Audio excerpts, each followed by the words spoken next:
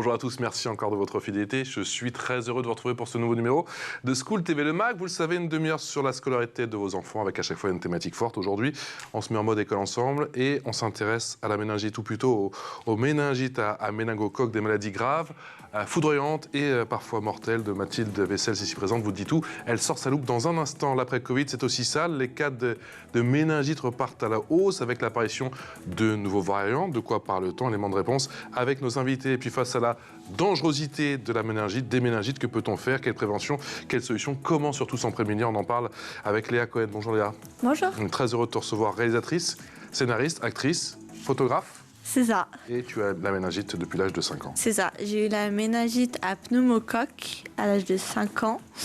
Et j'ai eu un AVC suite à ça. Et ce qui fait qu'aujourd'hui, je suis paralysée du côté droit. Donc, je ne contrôle pas mon côté droit. Donc, ma main fait ce qu'elle veut. Et je boite de la jambe droite. Tu vas nous parler effectivement de ta maladie dans un instant. Oui. Et de cette petite, si je puis dire, mésaventure sur la croisette. On en a beaucoup entendu parler. Hein. Toute petite, effectivement. Ce serait bien qu'il te recontacte. On en parle dans un instant. On est également en Skype avec Jimmy Voisine. Bonjour Jimmy. Merci d'être avec nous. Bonjour. Bonjour, président fondateur de Méningite France, association Audrey, que vous avez créée quand, s'il vous plaît? En janvier 2000, suite au décès de notre fille Audrey à l'âge de 12 ans, ça s'est passé au collège. Suite au décès d'Audrey, on en parle avec vous dans un instant, juste après la loupe, et c'est avec Mathilde. Mathilde Wessels, c'est avec nous. Salut Mathilde. Oui, bonjour, tu vas bien? Ça va super. Toujours un plaisir de te voir, même si c'est vrai qu'aujourd'hui on parle de méningite, des méningites bien sûr, sujet ô combien sérieux, et c'est vrai que quand tu arrives à l'hôpital et que tu dis que tu as la nuque un petit peu raide tout de suite, ils sont un peu en panique avec de la fièvre. On va en parler, justement. On va en parler. C'est quoi une méningite? Alors, il s'agit tout simplement, oui, d'une inflammation des tissus qui entourent le cerveau et la moelle épinière. Elle vient généralement d'une infection, elle peut être mortelle et nécessite des soins médicaux immédiats. On sait ce qui peut provoquer cette maladie? Oui, alors plusieurs espèces de bactéries, virus, champignons ou parasites peuvent provoquer donc une méningite. La méningite bactérienne, la forme la plus dangereuse, la plus courante de la maladie, peut entraîner la mort en seulement 24 heures. Donc il ne faut vraiment pas rigoler avec ça, il faut directement aller à l'hôpital. Et la méningite touche des personnes de tout âge, mais ce sont évidemment les enfants en général qui sont malheureusement les plus exposés. Les jeunes enfants sont davantage exposés aux méningocoques et aux pneumocoques. On en parlera tout à l'heure. Il y a des pays, il y a même des continents qui sont plus exposés que d'autres Bien évidemment. À la méningite, aux méningites? Bien sûr, oui. C'est surtout la région d'Afrique subsaharienne où les gens meurent le plus souvent de méningite. Le risque est le plus élevé lorsque l'on observe des conditions de promiscuité, lors notamment de rassemblements, dans les camps de réfugiés aussi. Il y en a beaucoup dans les logements surpeuplés ou même dans des enceintes militaires, figurez-vous. D'accord. Une méningite, ça se transmet comment? Alors, la plupart des bactéries à l'origine de la méningite se transmettent donc par des gouttelettes, des sécrétions respiratoires, un peu comme Covid, on en a beaucoup parlé à l'époque. Il y a aussi une autre forme de méningite qui est streptocoque du groupe B, qui peuvent se transmettre cette fois de la mère à l'enfant lors de l'accouchement, donc par le vagin notamment. Quels sont les symptômes? Alors, les symptômes courants sont la raideur de la nuque, tu en as parlé au début, fièvre, confusion ou altération de l'état mental, céphalée, nausées, vomissements. Il existe des vaccins alors pour prévenir... Céphalée, je précise, mot de tête. Oui, mot de tête, effectivement. Fort mot de tête. Oui, là, on parle plutôt même de migraine, pardon. Ouais. Il existe des vaccins quand même, pour prévenir certaines méningites. Ils sont disponibles d'ailleurs depuis déjà plusieurs années. Il existe aussi des antibiotiques qui peuvent être pris suite à des contacts proches de personnes atteintes alors je pense que je vais mal le dire, méningococcie, ce qui atténue le risque de transmission, mais on n'est pas encore au top. Merci beaucoup Mathilde, on continue à en parler avec nos deux invités.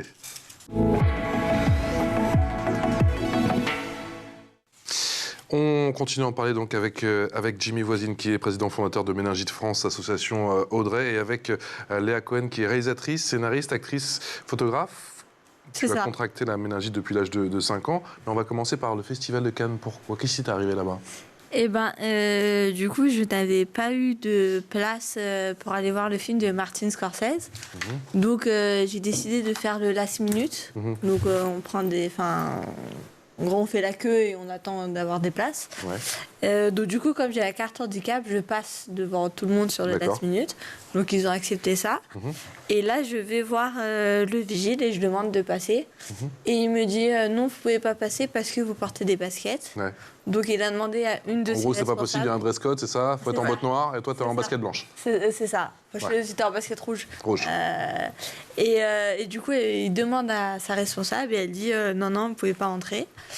Et ensuite, 2 jours après, peut-être, j'ai eu un appel de Hospitality, c'est le service d'handicapés à Cannes, qui m'appelle et qui me dit ouais, est-ce que vous pouvez retirer votre vidéo, ça nous porte préjudice. D'accord.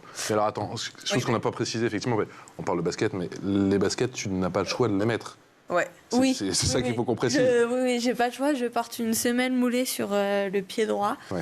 Donc, je peux pas faire autrement que de porter des baskets. C'est mon rêve de porter des talons, mais bon, la vie fait que je peux pas. Ouais. Donc, ouais, c'est parce que... Donc il y a Cannes Hospitality 2 jours après qui t'appelle. Ouais. Qui dit que ce serait bien. Ouais, que vous Bad Buzz, retirez c'est pas votre terrible. vidéo Ouais. parce que ça nous porte préjudice. C'est même pas toi qui l'avais posté, si je me souviens bien. Hein. Alors, je l'avais envoyé à ma famille. Ouais. Et j'ai un oncle ton oncle, qui fait partie du Figaro, D'accord. qui l'a mis sur Twitter. Et cette vidéo a fait Oui, ça a été un petit peu viral. des milliers de vues en Ouais. 2 heures. Donc j'étais assez contente. On ressent quoi après une telle injustice? Bah, en fait, c'est que en France, on est censé être un pays libre. Et là, j'avais l'impression de ne pas être libre, de porter ce que je veux, de mettre ce que je veux. Après, je comprends qu'il y ait un dress code, mais si c'est accepté, si c'est fait par tout le monde, pas juste par moi. Oui, parce que tu leur as bien expliqué que du coup, C'est ça. tu avais la méningite Et et que oui. tu pouvais pas faire autrement. Que si C'est tu pouvais ça. mettre des bottes noires, Et des talons de 12, tu l'aurais fait. Oui, je l'aurais fait. Quelques jours après, je m'aperçois que Jennifer Lawrence portait des tongs. À un moment Oui, et puis donné. Emma Watson était pieds nus aussi sur Ouais. le tapis rouge. Ouais, mais Ouais. c'était Emma, c'était génie. C'est ce qu'ils vont te dire. C'est ça, Voilà. c'est ça. Ça qui est Donc malheureux. à un moment donné, j'accepte le dress code, mais si c'est fait pour tout le monde et pas que pour nous, les inconnus d'ailleurs. On Ouais. est inconnus. Ouais. Donc c'est pas nous qu'on va prendre en photo, c'est surtout les stars. Donc je vois pas pourquoi nous on n'aurait pas le droit de mettre ce qu'on veut et eux ils ont le droit. Ça t'a fait mal sur le coup? Ouais. Frustré, en colère? On partage avec sa famille, avec ses amis? Avec d'autres en porteurs de colère, la maladie? en colère et parce qu'ils comprennent pas. Et c'est ça ce qui est affreux, hein, c'est qu'ils comprennent pas. Mais surtout qu'on t'a appelé pour que tu retires donc C'est cette ça. fameuse vidéo. Qu'est-ce que tu as fait? Qu'est-ce que tu leur as dit aussi au téléphone? Parce que Je ça leur ai commence dit- aussi par eux peut-être Bah, c'est ça. le changement. Je leur ai dit oui, j'enlève la vidéo parce que la vidéo était déjà devenue virale. Donc je m'en foutais de au pire. l'enlever. Au pire, c'est pas très grave. Déjà. Donc j'ai enlevé de mes réseaux sociaux, Ouais. sauf du compte de mon oncle parce que du coup j'avais pas son mot de passe ou quoi. Et voilà. Et ensuite je l'ai remise à la fin du festival pour pas non plus être trop. Voilà. Tu comptes retourner à Cannes quand même? Tu comptes retourner voir des films? Toi, tu comptes en faire ton métier ou ça t'a marqué et tu penses que... En fait, je pense pas retourner à Cannes. D'accord. Parce que le festival, c'est plus un festival de cinéma.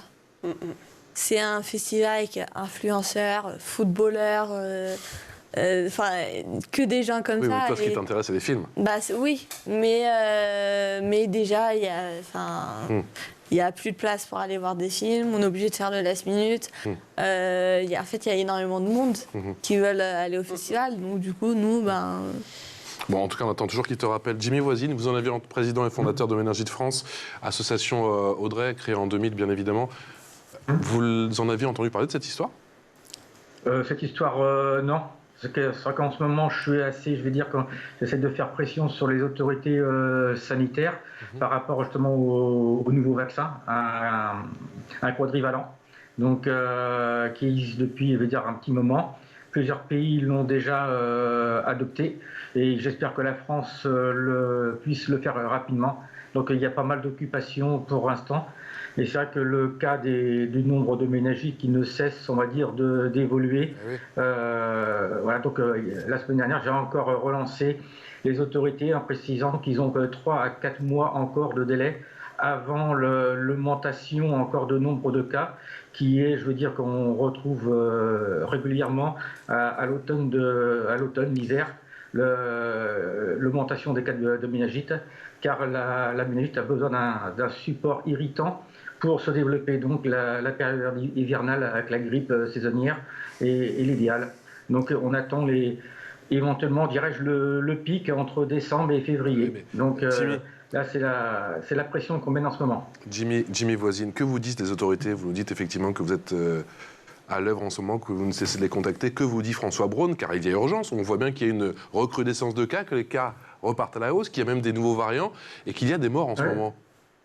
Alors, par exemple, au mois de février, pour vous donner un exemple, au mois de février, on a fait une conférence au ministère de la Santé, donc avec les orateurs, l'Institut Pasteur, Santé publique France, ses professeurs et une association espagnole. Par rapport à ça, donc après, il y a eu un rapport qui a été fait au ministre de la Santé par Santé publique France. Et le carnet vaccinal qui est sorti mi-avril, donc ne donnait pas, je vais dire, de recommandations ou d'obligations pour ce nouveau vaccin, le quadrivalent. Donc c'est 3 laboratoires différents qui le font. Ils ont juste donné le nom dans le carnet vaccinal d'un vaccin.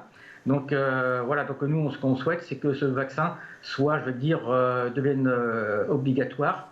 Donc suite à ce rapport, le ministre de la Santé a demandé à la Haute Autorité de Santé de revoir, d'étudier la question, on va dire, aujourd'hui. Donc on a refait un mail, on va dire, à tout l'ensemble des responsables de la santé, jeudi la semaine dernière, pour presser en disant qu'il reste 3-4 mois pour réagir, et surtout à la veille des Jeux Olympiques, vu que la concentration de public favorise la transmission du germe. Cette apathie des autorités, Léa, t'inspire quoi? Il y a l'apathie du Festival de Cannes, mais aussi l'apathie des autorités, et là, c'est bien plus sérieux. C'est que, Toi, t'as pas l'air étonné, tu m'as l'air... ouais, je suis pas étonnée parce que, en vrai, les autorités s'en foutent du handicap, quoi. Donc, à un moment donné, ils s'en foutent qu'on soit malade, ils s'en foutent qu'on meurt. Désolée d'être aussi cash, hein, mais c'est vrai. Il ne serait pas d'accord avec toi, il s'en défendrait bien évidemment. Oui, oui, chaque gouvernement dit qu'il fait ce qu'il peut et qu'il met un budget conséquent pour... Mais je trouve que... Qu'est-ce qui te fait dire ça du coup? Ton parcours de santé depuis l'âge de 5 ans? C'est que... Déjà, ils mettent de l'argent dans des travaux qui ne servent strictement à rien. Vous voyez, c'est les choses comme ça qui moi, me disent, en fait, ils en ont rien à faire. Concernant la méningite ou concernant d'autres dossiers médicaux que je comprenne? Concernant la méningite, dans le sens, ils pensent qu'ils n'ont pas assez d'argent pour faire quelque chose, sauf qu'ils peuvent avoir cet argent. Il est mal utilisé. Il n'est pas utilisé. Enfin, j'imagine. Après, je ne sais pas comment ça se passe de l'autre côté, mais j'imagine que c'est ça.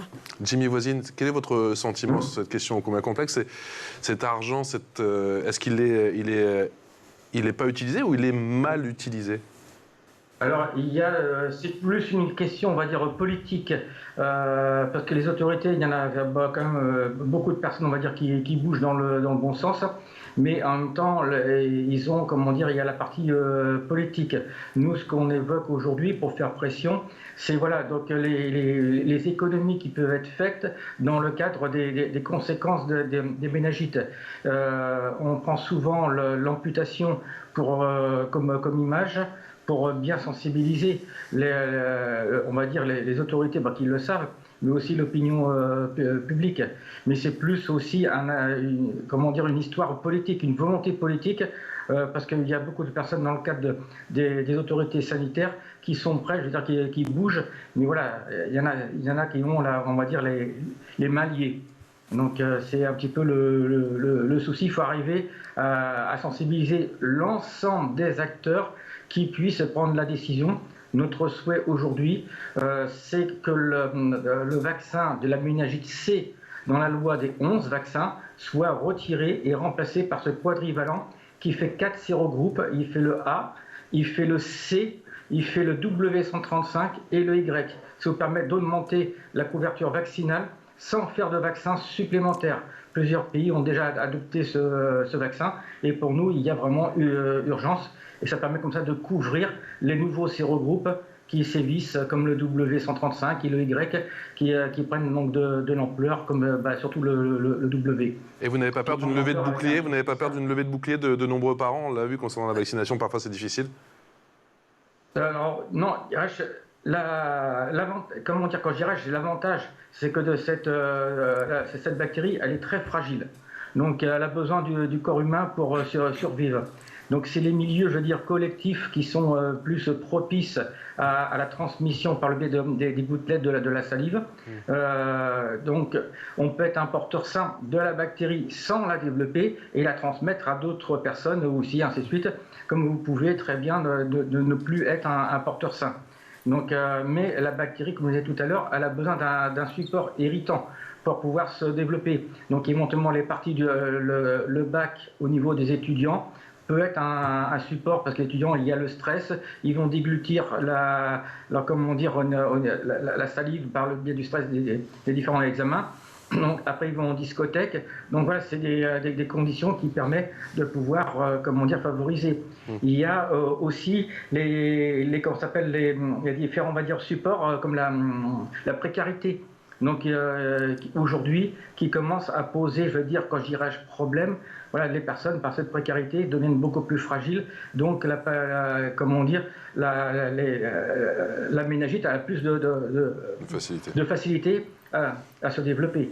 Donc il y a vraiment aujourd'hui, notre société crée, je veux dire, des conditions qui sont plus favorables. Et voilà, donc c'est un petit peu le problème d'aujourd'hui, et arriver à faire prendre conscience aux autorités l'urgence, et surtout qu'il y a les moyens, je veux dire, possibles de mieux protéger et d'informer. Ouais, Jimmy, vous parliez tout à l'heure d'une recrudescence des cas de méningite. Comment vous l'expliquez? Alors effectivement, on parlait de la précarité, mais est-ce que c'est la plus forte recrudescence depuis des années, ou est-ce qu'il y a des vagues quand même successives depuis quelques temps, où là vraiment on a atteint un pic aujourd'hui assez alarmant? Alors, ce qui s'est, il y a eu, déjà nous en 2019, on avait déjà soulevé le problème, notamment par rapport au sérogroupe le W135. Après, il y a eu la période de Covid qui a mis, je veux dire, une pause. Ce qui s'était donc le nombre de cas qui est à peu près autour de 200 cas en 2020, avec le confinement, ce nombre de cas, c'est ce qui s'est produit en nombre pour le mois de janvier de cette année. Donc la période, je vais dire, d'été, logiquement, le nombre de cas baisse considérablement. Mais voilà, donc aujourd'hui, du fait du nombre de la population, les échanges sont beaucoup plus faciles. Et surtout, les nouvelles populations qui arrivent. Donc voilà, donc on oblige les personnes, on va dire, d'Europe ou de France à se vacciner s'ils vont dans d'autres pays, mais quand c'est l'inverse, il n'y a aucune, je veux dire, obligation que les personnes soient, je veux dire, vaccinées. Et donc là, ça permet d'apporter des nouvelles souches. Donc, comme le W, qui existe depuis les années 2000, mais à une très faible, je veux dire, à un très faible nombre. Mais aujourd'hui, voilà, ça prend une ampleur au niveau de l'Europe c'est assez, on va dire, important. Quel est ton sentiment justement sur effectivement cette recrudescence, effectivement la propagation en ce moment de ces méningites? Est-ce que c'est un sujet, toi, que tu abordes avec d'autres porteurs de la maladie ou pas du tout? J'avoue que pas du tout. Ouais. Mais je trouve ça affreux. Mais j'avoue que moi, j'aime pas parler de méningite. Parce qu'on est tous des personnes normales, enfin dites normales. Mais c'est vrai que c'est affreux. Hein. De toute manière, toutes les maladies sont affreuses et on peut rien y faire. Quel est ton quotidien, toi, depuis que tu as l'âge de 5 ans? Tu as dû faire beaucoup de rééducation, tu en fais encore beaucoup aujourd'hui, comment ça se passe? J'ai fait 1 an de centre de rééducation. D'accord. Pour réapprendre à parler, marcher, écrire, lire.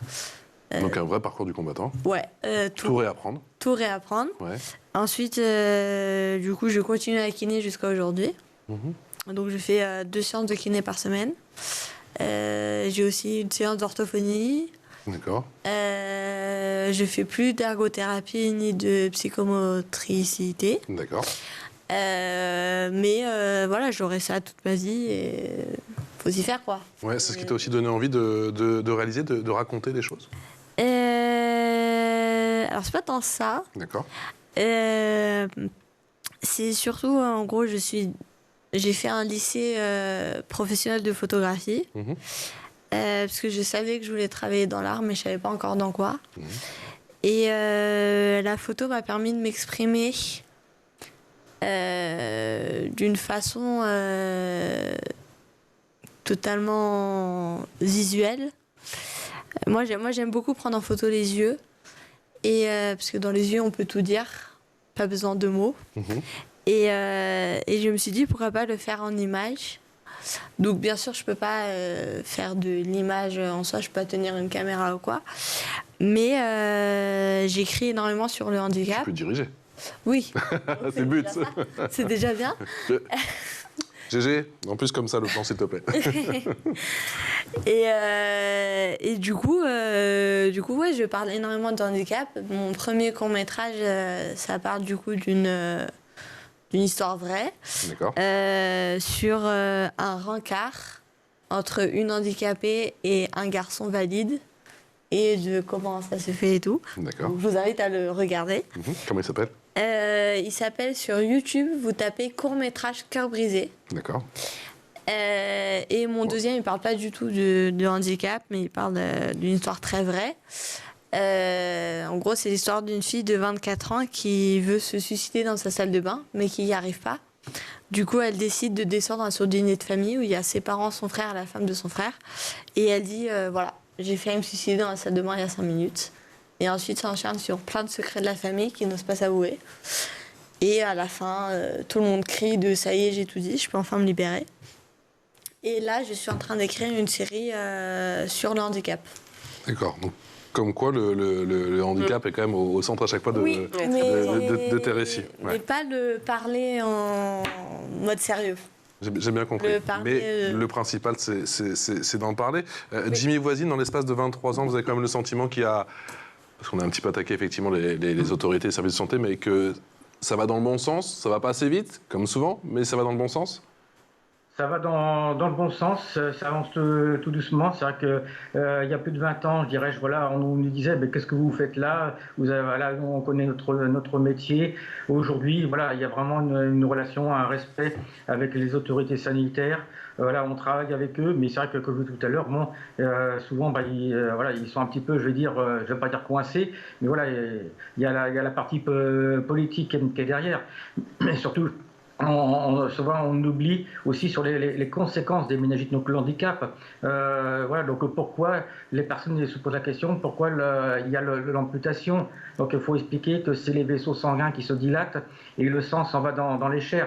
Pour ça qu'on fait une vitropression avec un verre, la tache ne disparaît pas. Donc c'est vrai que là, les séquelles elles sont tellement diverses au niveau des méningites, selon la personne, comment la bactérie peut faire du dégât sur le corps, le corps humain.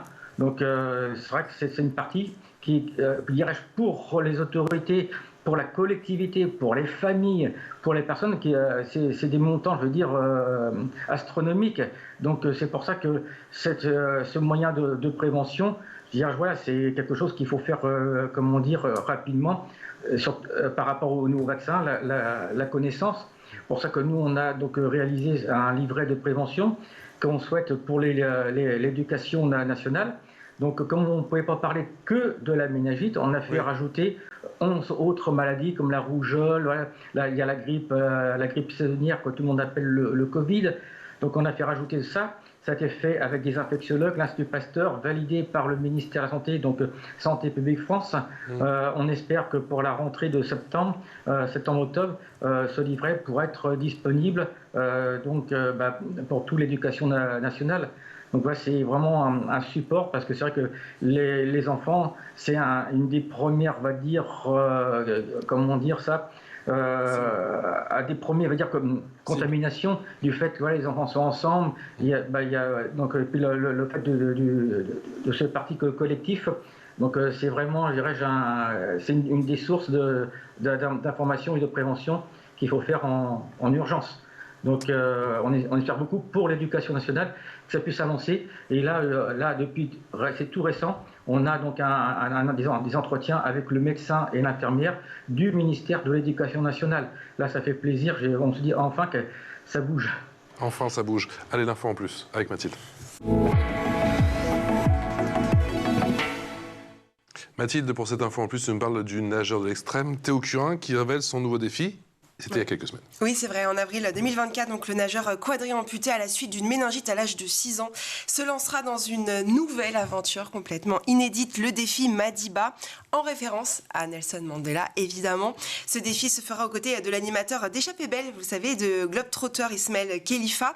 Alors au programme, 30 km à la nage au large du Cap autour de Robben Island, là où Nelson Mandela a été emprisonné, vous le savez, pendant près de 17 ans. Puis le lendemain, 100 km à vélo avant de rejoindre le township de Langa, quartier défavorisé de la ville, où un espace multisport et culturel verra donc le jour. Les conditions en avril prochain ne seront pas du tout faciles, avec une eau à 12 degrés seulement, et puis beaucoup de courant. Le duo, tout de même, a prévu de se préparer en faisant des stages, notamment à Annecy, pour la température de l'eau, puisque le lac n'est pas extrêmement bien chauffé. Oh, et à Marseille aussi. C'est vous qui le dites, ça. C'est toi qui le dis. Il y a les montagnes, bien sûr. Et à Marseille aussi, prochainement. Voilà. Donc on suivra ces aventures. Une journée nationale, merci beaucoup Mathilde, une journée nationale. Effectivement, je crois que c'est le premier samedi d'octobre, si je ne m'abuse, Jimmy Voisin. Une journée et... Pardon ? Tout à fait. C'est ça. Une journée et puis c'est tout ? On a mis ça en place en 2010 au ministère de la Santé. Et c'est vrai qu'on essaie toujours de donner, de la force par rapport à que cette journée, on souhaite qu'elle devienne européenne, du fait qu'on a choisi le premier week-end d'octobre de chaque année, parce que c'est l'entrée de l'automne. Donc c'est l'entrée où les infections à méningocoque commencent à prendre une certaine ampleur. Donc c'est une façon aussi de pouvoir sensibiliser, de créer différents supports d'événements, dirais-je là aussi, pour occuper l'espace médiatique et de faire de la prévention. Donc voilà, c'est quelque chose qu'on essaie de mettre en place, de promouvoir. Léa, toi, on l'a compris, tu as envie de sensibiliser par tes courts-métrages pour le moment, mais tu envisages aussi, pourquoi pas, si on fait appel à toi Alors, je ne sais pas si tu le feras au Festival de Cannes, mais plus sérieusement, en classe, dans l'école, des interventions, pourquoi pas ? Ouais, avec plaisir. Ouais. Parce que je pense Et tu auras envie de leur dire quoi, justement, aux jeunes ? Déjà, de se faire vacciner. Parce que certes, le vaccin n'est pas obligatoire, mais... Ça, des fois, il faut le dire aux parents. La maladie est là. Ouais. Oui, parce que les 0-24 mois sont beaucoup touchés. Bon, à l'école, c'est compliqué de leur dire. Mais aussi les 15-18, du coup. Donc, ouais, c'est ça. Ouais. Et surtout de ne pas avoir peur de ça. Ouais. Moi, j'ai réussi à réaliser mon rêve. Donc, s'ils ont ça, qu'ils n'aient pas peur et qu'ils fassent tout ce qui est en leur pouvoir pour pouvoir faire de leur vie un rêve. Un rêve. C'est un bien beau message. Merci beaucoup d'être venu nous voir aujourd'hui. Jimmy Voisine, merci infiniment aussi. On n'hésitera pas à refaire une émission, bien sûr, parce que le temps file, c'est une demi-heure, mais le sujet est ô combien important, ô combien impactant aussi. Et on espère que ça va bouger. On sait que c'est toujours très lent au niveau des autorités qui font ce qu'ils peuvent, c'est ce qu'ils disent effectivement, et que ça va bouger une bonne fois pour toutes, car l'urgence est là. Merci à tous les deux d'être venus nous voir aujourd'hui. Merci encore, Mathilde, pour cette nouvelle émission, ce nouveau mag. On se retrouve demain pour une nouvelle aventure. Ciao.